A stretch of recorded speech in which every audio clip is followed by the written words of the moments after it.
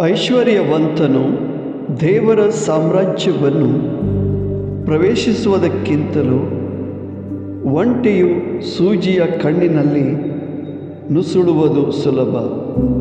ಮತ್ತಾಯ 19 ವಾಕ್ಯ 24.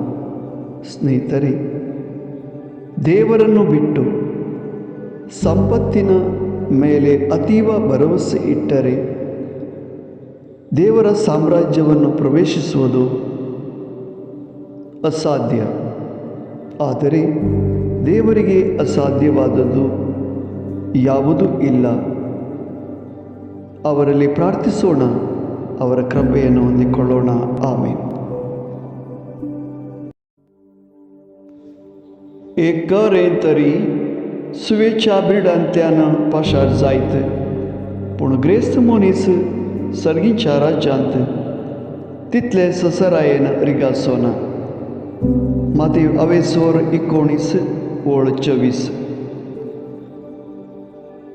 देवाक सोडून आपले ग्रेस्तकाये थंय संपूर्ण भरवसो दवरतलो, देवाच्या राज्यांत प्रवेश करूंक शकचो ना. पूण देवाक असाध्य जाल्लें खंयचेंय ना. ताचे कडेन मागया, ताची कृपा जोडया. आमीन.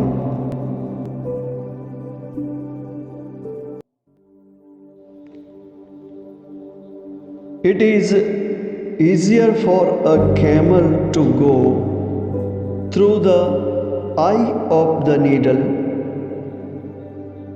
than for someone who is rich to enter the kingdom of God.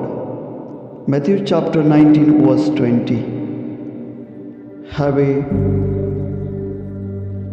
good day, blessed day, my dear friends.